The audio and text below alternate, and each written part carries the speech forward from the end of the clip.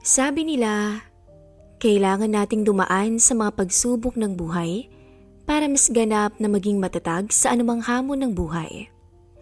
At kailangan nating matuto mula sa isang pagkakamali para hindi na maulit pa yun.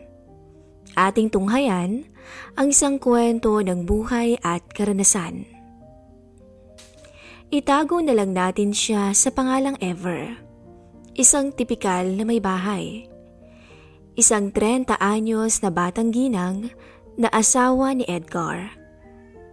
Bagamat mahigit 4 na taong kasal na si Ever at Edgar, ay hindi pa rin sila nabiyayaan ng anak. Kaya naman buong oras na inaasikaso ni Ever si Edgar dahil sa wala naman itong iba pang pagkakaabalahan bukod sa pagiging isang full-time housewife. Napagkasunduan nilang mag-asawa na wag nang magtrabaho si Ever dahil sa kailangan nito ng lubos na pahinga para magka-baby sila. Bukod pa rito, ay sapat naman ang kinikita ni Edgar dahil isa itong engineer na nagtatrabaho sa isang sikat na construction firm dito sa Central Luzon. Hindi naman nagsisisi si Ever dahil sa mas marami siyang pwedeng gawin sa bahay habang hinihintay ang pag-uwi ng asawang si Edgar. Dahil nga sa wala pang baby, ay nanatiling balingkinitan ang katawan ng maladalagang ginang. Slim at sexy si Ever. Maliit na babae na ang height ay halos 4'9" lamang. Tama lamang ang kapayatan nito sa kanyang height, kaya naman halos mapagkakamalan mo siyang college student. Malakas din ang apil nito. Katunayan ay hindi maiwasan ni Ever na mapansin ang paglingon ng ilang kalalakihan sa tuwing dadaan siya sa harap ng mga ito. At madalas ay napagkakamalang dalaga pa lamang dahil sa itsura nga nito. Han, luto ka naman ng pulutan oh. Diyan kasi kami mag-iinom sa bahay ng mga kasama ko. Text ni Edgar kay Ever isang hapon. Mabuti at maagang nakapamalengke ng araw na iyon si Ever. Kaya naman hindi na siya nag-alala ng gusto sa mga lulutuin niya. Okay Han, lulutuin ko yung paborito mong pulutan. Sagot naman ng magandang ginang sa kanyang mister na nasa opisina pa. The best ka talaga Han, I love you. Reply agad ni Edgar sa kanya. Matapos niyang sagutin ang huling text na iyon, ay agad na nagsimula sa paghahanda si Ever. Lumabas muna siya para umorder ng mga alak na iinumin ng kanilang mga bisita. Beer naman ang tipikal na request nila, kaya naman iyon agad ang kanyang naisip. Bumili rin siya ng flavored na light beer para naman kung sakaling yayain siya, ay mayroon siyang makukuha na hindi kasing tapang ng iinumin nila. After ng pag-order niya, ay nagsimula na siyang magluto. 4:30 PM na. Halos nang matapos lahat ni Ever ang kanyang lutuin. Nilagay na rin naman niya ang mga alak na in-order niya kanina sa ref. Kaya wala naman na siyang dapat gawin kundi ang maligo. Dahil sa pawisan na rin siya sa mga aktibidad na ginawa niya sa maghapon. Idagdag pa rito ang pagluluto at paghahanda ng alak na iinumin ng kanyang mister na si Edgar at mga kasama nito. Pagkatapos mag-shower ni Ever, ay nagsuot siya ng puting santo na hapit sa kanyang slim na katawan na tinernuhan niya ng kulay dilaw na short na hapit din sa kanyang mga bilugan at kayumangging mga hita. Ilang saglit pa ay narinig na niya ang pagbukas ng kanilang gate. Dumating na ang kanyang asawang si Edgar mula sa trabaho, kasama ang 4 nitong kaibigan. Bago pa man umakyat ng balkonahe ang 5, ay agad silang sinalubong ni Ever. Mga pre, misis ko nga pala, si Ever. Pakilala ni Edgar sa kanyang magandang asawa, sabay halik. Ito nga pala ang mga kasama ko sa construction firm Han, si Mark, engineer at anak rin ang may-ari ng kumpanya namin. Si Jose at Luis na parehong foreman at si Marvin ang aming architect. Mabilis lang napakilala ni Edgar sa 4 nitong kasama. Ang swerte mo naman pare at ang ganda ng misis mo. Agarang sambit ni Mark. Naku hindi naman. Halos mag-blush si Ever sa tinuran ni Mark. Hoy kayo ha. Ang dami niyong bobolahin yung misis ko pa. Nakuhan, huwag kang maniniwala dyan sa mga yan. At pare-parehong babaero yung mga yan. Sabay tawa ni Edgar. Napatawa na rin ang 4 dahil sa totoo lang ay hindi naman nila pwedeng itanggi iyon. Lalong-lalo na si Mark na talaga namang saksakan ng babaero. Palibhasa ay mistiso si Mark at talaga namang gwapo ay hindi naman maiiwasang mahulog agad ang sino mang babaeng magiging kursunada ng binata. Siya ang mistisong version ni Richard Gomez at may taas ito na halos 6 feet at matikas ang katawan. Hindi maikakaila ni Ever na medyo humanga siya sa itsura ni Mark dahil sa gwapo ito at may posturang maginoo. Si Jose naman at si Luis hindi naman ganoon kagapuhan. Pero talaga namang bumawi sa katawan dahil hindi rin naman nalalayo ang mga katawan nila sa body build ni Mark. Dahil nga sa foreman ang dalawa, ay batak na batak ang mga ito sa trabaho. Si Jose ay nasa 5'7" ang tangkad. Samantalang si Luis ay halos kasing tangkad lang ni Mark. Moreno ang kutis ng kanilang mga balat. Pero hindi mo rin naman masasabing nagpapabaya ang dalawa dahil sa maayos din ang mga tukong tignan. Si Marvin naman, dahil sa architect nga, ay halos medyo slim lang ng kaunti sa 3. Medyo chinito ang mata at nalalapit sa wangis ni Luis Manzano. Ang tangkad niya ay nasa 5'6" lamang at siya ang pinakamaliit sa 4. Agad na pinatuloy ni Ever ang 4 na bisita sa sala at pinaupo sa may sofa. Malawak naman ang sala dahil nga sa nakapag-ayos na siya kanina bago pa man sila dumating. Magkakatabing umupo sa sofa sina Mark, Luis at Jose. Samantalang si Marvin ay nasa isang sofa na pang-isahan. Inilaan nila ang isa pang pwesto para kay Edgar. Iniwan naman muna ni Edgar ang mga kasama at dumiretso na to sa kwarto sa ikalawang palapag ng bahay para magbihis. Si Ever na ang nag-asikaso sa 4. Agad siyang tumungo ng kusina, nakatabi lamang ng sala. Hindi naman iyon masyadong malayo dahil sa isang personalized wooden cabinet na may nakakamanghang disenyo ang naghihiwalay sa 2 bahagi ng unang palapag ng bahay ng mag-asawa. Kinuha agad niya ang mga alak sa loob ng ref. Tig-3 bote ng malamig na beer ang binitbit ng kanyang mga kamay. Inilapag ni Ever ang malalamig na beer sa center table sa salas. Dahil sa may kababaan ang mesang iyon at may hawak siya ay hindi niya napansin ang pagbaba ng neckline ng damit nito. Halos manlaki ang mga mata ng 4 na bisita sa hindi sinasadyang matanaw mula sa misis ng kanilang katrabaho. Pasimpleng nagkatinginan sina Mark at Jose. May kung anong ngiti ang tila may ibang kahulugan ang ginawad nila sa isa't isa.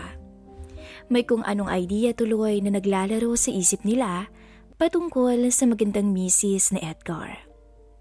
Pasimpleng hinabol ang tingin ni Mark si Ever na pabalik na ng kusina para kuhanin naman ang mga pulutang niluto kanina. Hindi nakaligtas sa atensyon ni Mark ang makurbang balakang ng ginang. Pasimple rin niyang pinagmasdan ang lahat kay Ever. Walang kaalam-alam si Ever na kasalukuyang nasa kusina ngayon. Agad siyang sumandok ng adobong paa ng manok at minuto. Agad niya itong inihatid sa center table. Sa muling paglapag ng ginang ng mga pagkain, ay hindi naman nabigo ang 3 na muling pagmasdan ang misis ng katrabaho. Subalit masisisi mo ba si Ever na parehong may hawak ang mga kamay habang inilalapag ang bitbit sa center table? Kung hindi nito maitaas at maayos ang damit gaya ng ginagawa ng mga babae. Napailing na lamang si Marvin sa kalokohan ng tatlo niyang kasama, kasabay ang isang matipid ng ngiti. Naputol lamang ang lahat ng yun nang bumaba na si Edgar mula sa ikalawang palapag ng bahay. Nakapang basketball short na ito at sando. Naupo agad si Edgar sa bakanting upuan. Han, pahinga ka na muna o kung may gagawin ka pwede mo nang balikan. Ako nang bahala sa kanila. Malambing na tugon ni Edgar sa misis nitong si Ever. Na inilalapag ang dalawa pang pagkain na iniluto niya kanina. Okay Han, o paano? Iwan ko na muna kayo ha? Kayo nang bahala sa mister ko. Tugon naman niya sa mga bisita nito. Nagsimula na ang masayang inuman session ng 5, habang si Ever naman ay umakyat na sa kwarto para manood ng TV. Pagdating ng silid, ay binuksan ng ginang ang kanilang 42 inches na LED TV na nakamount sa may dingding ng kanilang kwarto. Balita ang agad niyang pinanood. Mula sa kanyang kinaroroonan ay naririnig niya ang tawanan at kwentuhan ng 5, tanda na nag-e-enjoy ang mga to sa kanilang inuman. Lumipas ang ilang sandali. Nakaramdam ng antok si Ever at napapikit na rin ang kanyang mga mata. Halos hindi na niya natapos ang pinapanood nang makaidlip siya. 9:30 p.m. nang magising si Ever. Halos wala na rin siyang marinig na tawanan or kwentuhan sa baba ng sala. Agad siyang tumayo at inayos ang sarili. Bumaba siya para i-check ang asawang si Edgar at ang mga kainuman nito. Nakita niya ang tulog na si Edgar. Sa kinauupuan nito, tanda ng sobrang kalasingan. Sorry Ever ha? Napasobra yata ang bigay namin kay Edgar, kaya bagsak na. Hingi ng pasensya ni Mark sa may bahay ni Edgar habang nakatawa. Naku, medyo mahina lang kasi yan sa inuman eh. Madalas nga nauuna pa yung bumibigay kapag dalawa kami ang nagiinuman. Sagot naman ni Ever sa kanya. Oh, malakas ka rin palang uminom kung ganun. Agad namang segunda ni Mark sa ginang. Tara, shot tayo Ever. Yaya nito sa kanya na tumayo at hinatak ang braso ni Ever paupo sa sofa. Otomatikong umusog naman sila Luis at Jose para bigyan ng espasyo ang makakainuman. Hindi naman na nakatanggi pa si Ever dahil sa ramdam na rin niya ang kakulitan ng kausap na si Mark. Kaya naman pinagbigyan niya na lamang ang paanyaya nito. Umupo ang ginang sa pagitan ni Mark at Jose. Ayan, may bago na tayong kainuman mga buddy. Masayang sigaw ni Luis habang nakatingin kay Ever. Inabutan agad ng malamig na beer ni Jose si Ever. Cheers! Sabay-sabay na sigaw ng 4 para kay Ever. Wala nang nagawa si Ever. Pinaunlakan na lamang niya to dahil sa ayaw naman niyang mapahiya sa anak ng boss ng kanyang mister. Kaya naman lumagok na rin siya ng beer kisabay ng paglagok ng 4. Alam mo ba Miss Ever, na napakasarap ng mga luto mo. Ngayon lang ako nakatikim ng ganito kasarap na pulutan sa buong buhay ko. Ang galing mo palang magluto, Miss Ever. Pambobola ni Mark sa kanya. Nako, hindi naman. At saka Ever na lang ang itawag ninyo sa akin. Okay lang naman yun at masaya din ako dahil sa nagustuhan ninyo ang mga inihain ko. Pagpapakumbaba naman ni Ever sa komplemento ni Mark. Hindi na rin namamalay ni Ever ang lumilipas na oras dahil sa inuman. At hindi na rin niya namamalayan na nakaka-4 na bote na rin siya ng beer. Medyo nahihilo na ang paningin niya tanda ng tama ng alak. Walang humpay ang kwentuhan ng magkakaibigan at madali namang nasasakyan ni Ever ang daloy ng usapan. Panay papuri rin ang inaabot nito sa mga kainuman. Sa paglipas ng mga sandali, ay bumagsak na rin si Marvin sa kinauupuan nito. Ang tibay mo naman, Mark. Sambit ni Ever sa kainumang si Mark na sinabayan pa ng isang sinok. Hindi naman Ever. Minsan lang kasi kami magkakasama-sama ng ganito eh. Bukod pa ron. Ngayon lang din naman namin na-enjoy ang inuman dahil sa walang katulad na pagkain na inihain mo. Muli na namang paghanga ni Mark kay Ever. Pero alam mo Ever, sa tingin ko parang mas panalo ka pa kaysa sa mga luto mo eh. Pabiro ngunit may ibig sabihin na banat ni Mark. Natigilan si Ever dahil napansin niya na may ibang patutunguhan ang usapang yon. Ganun ba? Naku Mark ha, yung pagiging bolero mo wag mong gawin sa akin. Sabay na lamang niya sa binitawang salita ng binata. Pero sa hindi maipaliwanag na dahilan, ay parang natuwa si Ever sa narinig. Hindi dahil sa lasing siya, kundi dahil ang salitang yun ay galing sa isang gwapong binata. Kaya ang feeling niya ay talagang maganda siya. O bakit hindi Ever? Maganda ka naman, sexy pa. Gatong naman ni Jose sa usapan. Alam mo Ever, kung magkakaroon ako ng asawa, gusto ko kagaya mo. Bukod sa maganda, magaling din magluto at makisama. Sagot naman ni Luis na medyo lasing na rin. Sa dami ng nainom ng tatlo ang kausap, ay parang normal na lang siguro ang ganitong klase ng usapan. Pero iba na rin talaga ang kutob ni Ever ng mga sandaling yun. Dahil sa nahuhuli niya ang pasimpleng haplos sa kanya ng mga katabi. Minsan nga nagtataka ako kay paring Edgar kung bakit hindi pa kayo magka-baby. Kung ikaw ang misis ko, malamang gabi-gabi akong uuwi ng maaga para sa'yo. Panibagong pambobola ni Mark sa kanya. Ay sus, tigil-tigilan ninyo ako ha, may asawa na ako. Putol ni Ever sa kanya. Kahit naman may asawa ka na, hindi pa rin halata Ever, kasi para kang dalaga sa itsura mo. Banat naman ni Jose. Tama na nga yan. Lasing na kayo hindi na ako natutuwa sa inyo. Medyo sumimangot na si Ever sa takbo ng usapan. Naku, Ever, wala naman kaming ibig sabihin doon ha. Totoong biro lang yun. Huwag kang magalit. Inom na lang tayo. Pagsuyo ni Mark kay Ever nang mapansing na o-offend na ito. Sabay abot sa kanya ng isa pang bote ng beer. Tumigil muna ang tatlo sa kanilang mga sinasabi. Pero ang mga pasimple ay nandoon pa rin. Ang akala nila ay hindi napapansin yun ni Ever. Pero ang hindi nila alam ay kanina pa sila hinahayaan ng ginang.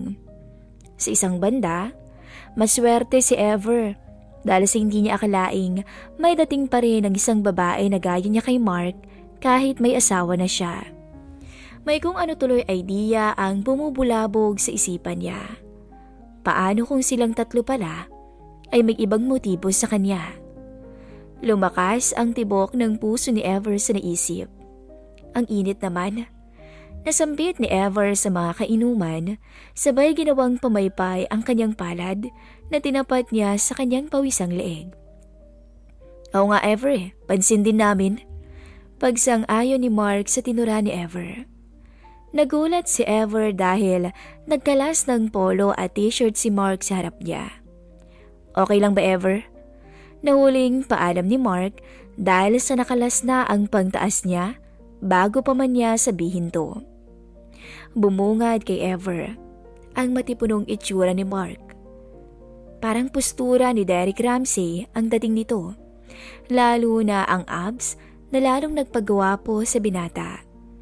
E di kami rin pwedeng magtanggal ng t-shirt. Sabay tayo nila Jose at Luis. Gaya ni Mark ay talagang batak sa trabaho o gym ang dalawa. Halos mapawaw si Ever dahil sa hindi inaasahang sandaling yun. Napainom tuloy siya bigla ng alak. Sa puntong yun, may idea na siya kung anong hinihiling ng mga kasamahan sa kanya. Alam niya ang mali ito. Pero ang hindi niya maintindihan ay kung bakit sa kabila ng kamaliang to ay hindi niya magawang tumanggi o lumayo. May kung anong bahagi ng kanyang isipan ang nanggugulo sa kanya at unti-unting hinahayaan ng ginang na mahulog siya ng tuluyan sa bangin ng kasalanan.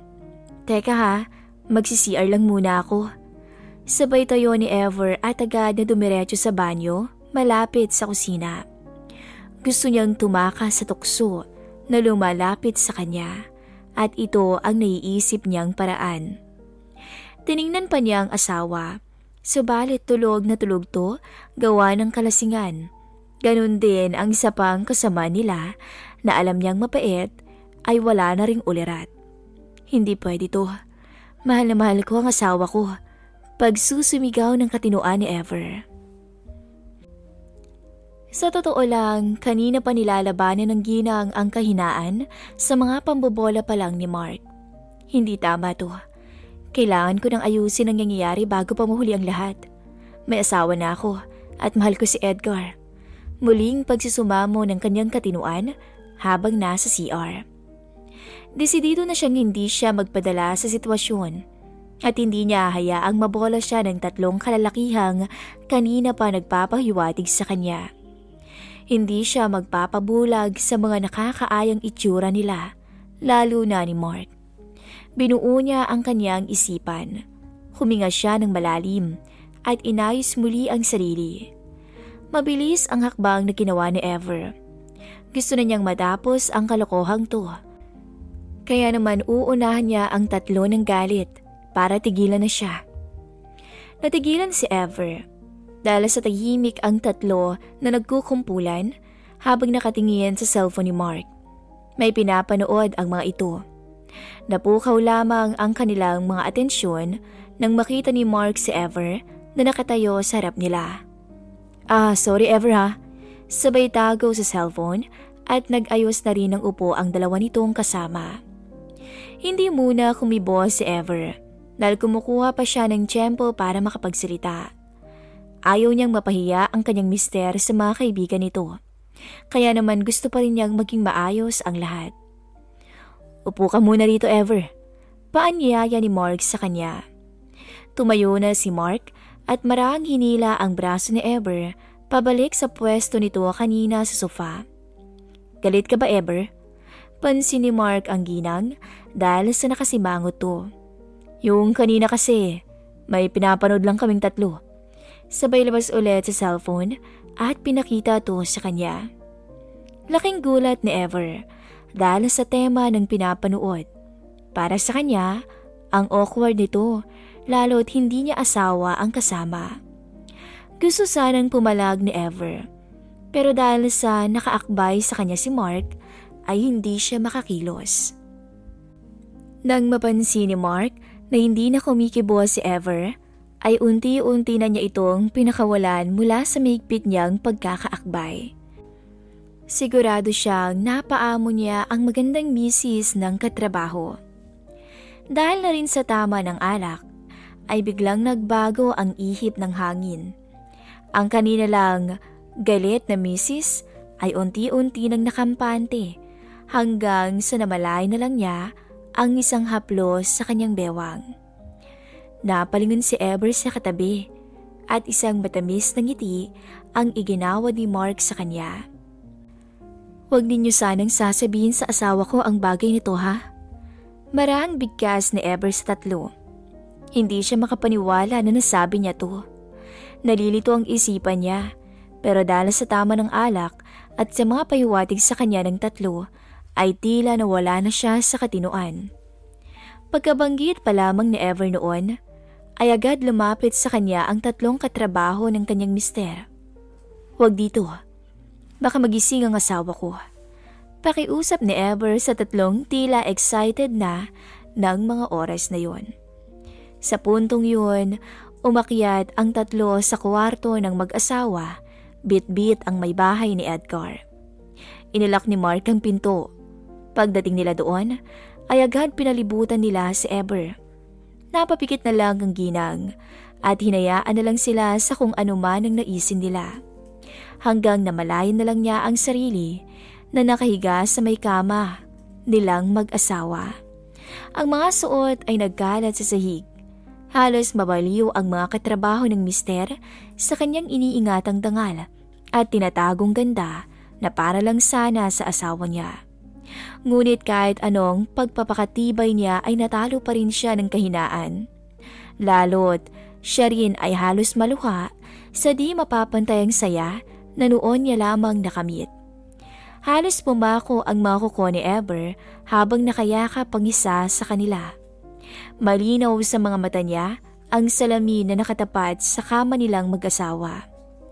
Dito nasaksihan niya kung paano siya naging maduming babae na walang sawang inalipin ng 3 lalaki.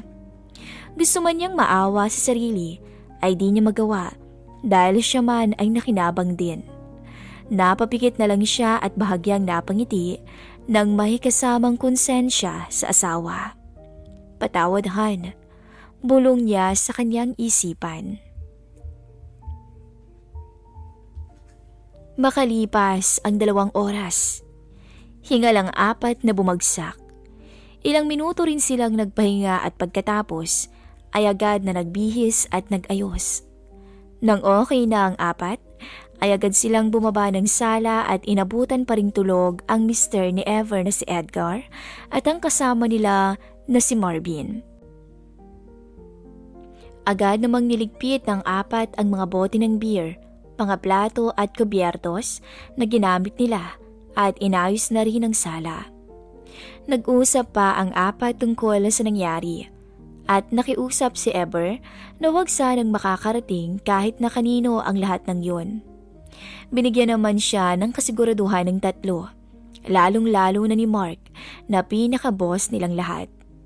Pasimpleng kinuha ni Mark ang number ni Ever.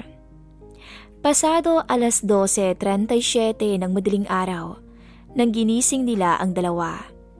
Sa sobrang kalasingan ni Edgar ay hindi na nito nagawa pang gumising kaya naman si Ever na lamang ang naghatid sa kanilang mga bisita. Nang makauwi silang lahat, ay napatitig si Ever sa tulog pa ring mister. Paulit-ulit itong humihingi ng tawad ng pabulong. Sinubukang mangako ni Ever sa asawa na sa susunod ay magpapakatibay na ito para hindi na maulit pa ang lahat. Bago matulog ay nakatanggap ng mensahe mula kay Mark si Ever. "Salamat nga pala sa masayang gabi, Ever. Hindi namin yun makakalimutan." Napangiti man, ay agad binura ni Ever ang message kasabay ng pag-block sa number ni Mark. Sa ngayon, ay pilit kinakalimutan ni Ever ang lahat para sa ikabubuti ng kanilang pagsasama ni Edgar. Hanggang dito na lamang po ang ating istorya at salamat.